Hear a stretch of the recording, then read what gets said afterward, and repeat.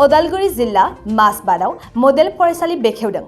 आसाम सरकारनि आसामनि साहा बागान ओनसोलफोराव गं 119 मडेल फरायसालि गायसननायनि बिथांखि लानाय बायदियै गिबि गायसनजानायखौ दिनै अदालगुरि जिल्लानि सिङाव थानाय मासबाद बेथेलिसा साहा बागानाव बेखेवजेननानै होनाय जाबाय।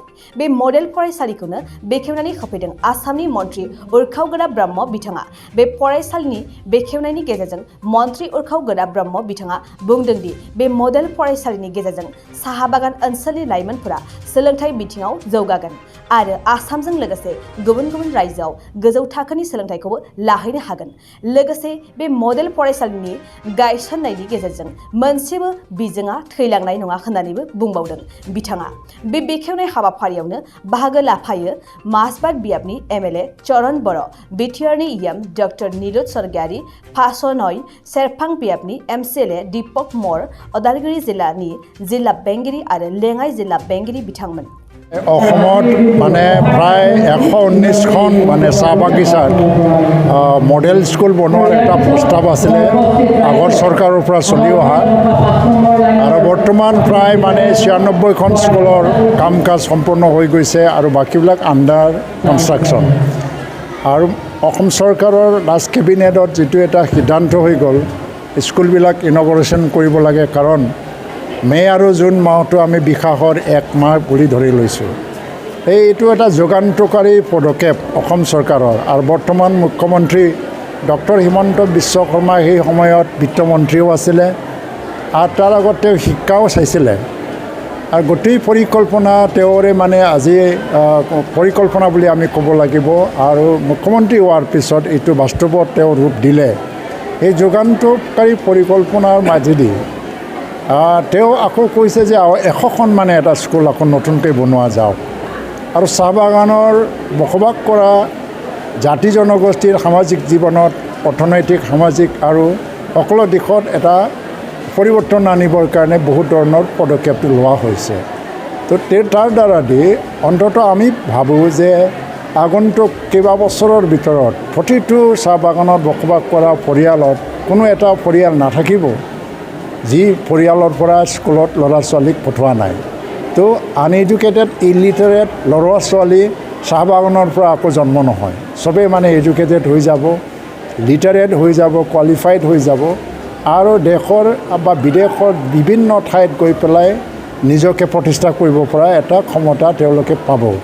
সেই এটা যুগান্তকাৰী এটা পদক্ষেপটো অসমৰ মানুহে অন্তৰৰ পৰাই স্বাগতম জনোৱাটো ভাল।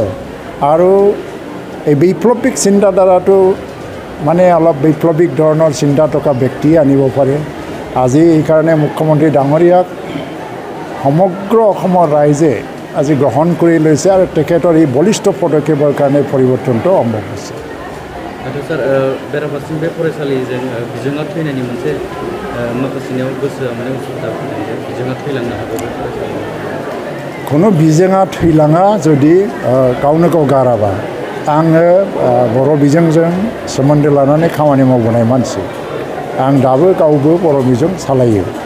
आंनि फिसा फिसौआबो बर' बिजोङावनो। बर' बिजोङा थैलांनो हागौ होननाया मोनसे बिथिंनिफ्राय फैदों, जेनेबा साख्रि बाख्रि आरो स्कुलफ्रा प्रभिन्सियेलाइज जायाखै। बे जेंनाफ्रा माखासे फाइनान्सियेल प्रब्लेम जायो, माखासे पलिसिनि प्रब्लेम जायो आरो दा जुदि फिल्डआव मोजाङै सार्भे खालामनो थाङोबा बेवहाय आरो गोबां जेंना दंसै। मानो होननानै बुङोबा माखासे जायगायाव बर' बिजों स्कुलफ्राव स्कुलल' दंसै, फरायसाबो गैला। तो प्रेक्टिकेलि जोंखौ मा बुङो? दा बे बिथिंनिफ्राय नायजोबनानै जोङो मोनसे लामा लानांगोन। लासै लासै लासै स्कुलनि बिबांफ्रा अनजिमाफ्रा खमायलाङोबाबो जों बबेबा कनसेन्ट्रेटेड जायगाफ्राव माने जुदि मोनसे कम्प'जिट आइडिया लानानै स्कुलफोरखौ गायसन बिजोंफ्रा फोथांलांनो हागोन, जेबो साननांगौ गैया। आरो गभर्नमेन्टआ बे बिबाननिफ्राय एरायनानैबो थानो हाया, जों एरायनानैबो थाया। গুৱাহাটীৰ যিটো ইভিকশ্যন হৈছে এইটো এটা বিশেষ এটা প্ৰজেক্টৰ কাৰণে হৈছে, জাইকা প্ৰজেক্টৰ কাৰণে। গুৱাহাটীৰ পৰা যিখিনি এটা পানী ওলাই যায় এই পানীটো যাবৰ কাৰণে ৰাস্তা লাগে আৰু তাত অলৰেডি এটা STP প্লান কৰা মানে চিৱাৰেজ ট্ৰিটমেণ্ট প্লান এইটো বহুৱাৰ কাৰণে এটা ব্যৱস্থা লৈছে। তো যিখিনি ইভিকশ্যন হৈছে মুখ্যমন্ত্ৰীৰ লগত আলোচনা কৰি ডক্টৰ অনজ পেগু আৰু মই যোৱাকালি তেওঁলোকক মাতি পেলাই আলোচনা কৰিছোঁ। সাহিত্য বা নেতা আৰু TMPK আৰু আপচু নেতা চবেই আছিলে আৰু এটা সলিউশ্যন ওলাবৰ কাৰণে যোৱাকালি বিধায়ক ভুৱন পেগুৰ নেতৃত্বত এই ঠাইত গৈ পেলাই এটা সৰজমিন তদন্ত কৰিবৰ কাৰণে পঠোৱা হৈছে। তেওঁলোকে এটা লিষ্ট দিছে যে ইভিক্টেড পৰিয়ালসকল কিমান, কিন্তু চৰকাৰী তথ্যমতে এটা লিষ্ট ওলাইছে, ইয়াৰ লগত মিল হোৱা নাই। এই তথ্য বা লিষ্টটো মিলি গ'লে তেওঁলোকক মানে কম্পেনচেশ্যন দিয়া হ'ব আৰু কম্পেনচেশ্যনৰ এমাউণ্টটো ঠিক কৰি থোৱা হৈছে, কিন্তু আমি ঘোষণা দিয়া নাই। সেইটা কাৰণে ভাল এটা কম্পেনচেশ্যন দিব গড় বনাবৰ কাৰণে মুখ্যমন্ত্ৰী অলৰেডি এইটো আমাক প্ৰতিশ্ৰুতি দিছে।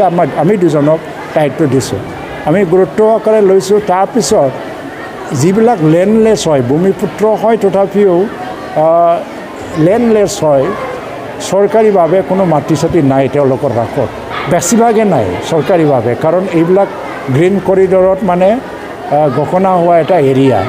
আৰু সেইবিলাকক আকৌ ক'তবা পুনৰ সংস্থাপনৰ কাৰণে মাটি দিবৰ কাৰণে চবকে আহ্বান জনোৱা হৈছে। আজি মই আকৌ আহ্বান জনাম, যোৱাকালি মিটিঙতো আহ্বান জনাইছোঁ যে माटी बिसारि तेलोके दरखास्त दियक सबके माटी दिया गतिके जागोन बे बाय इलेक्शनसो आरो बावहाय एसेबां सिरियास लायाखै बे ओरैनोबाबो बे जायगानि मानसिफ्रा प्रमद बर'नो भट होदोंमोन प्रमद बर'आ चिफ जाहैबाय आरो बेनिफ्राय दा बे जायगाखौ खालि खालामनानै हगारफिननाय जादों आरो बे जायगानिफ्राय आंबो देरहाना मिनिस्टार जाबाय जेला बे रायजो राजानिफ्रा दासिमाव दिनैसिमाव जोंजोंनो दङ बाहाय गिदिर मोनसे चेलेन्ज जानाय नङा बाय इलेक्शनाव मानसिफोरनि गोसोखौ बोनो थाखाय बुंदों आरो बिस्राबो मोजाङानो जादों बुंबाय थानाया गेलेबाय थाथों राजनितिखौथ' बयबो गेलेयो नङा होमबा खिन्थु बे खुनु फिथाइ थायनाय नङा नोंथाङा सरकारि साख्रि नागिरदोंना नोंथांनि थाखाय मोनसे गोजोनथाव खौरां नोंथांनि थाखाय दं एडुकेट पइन्ट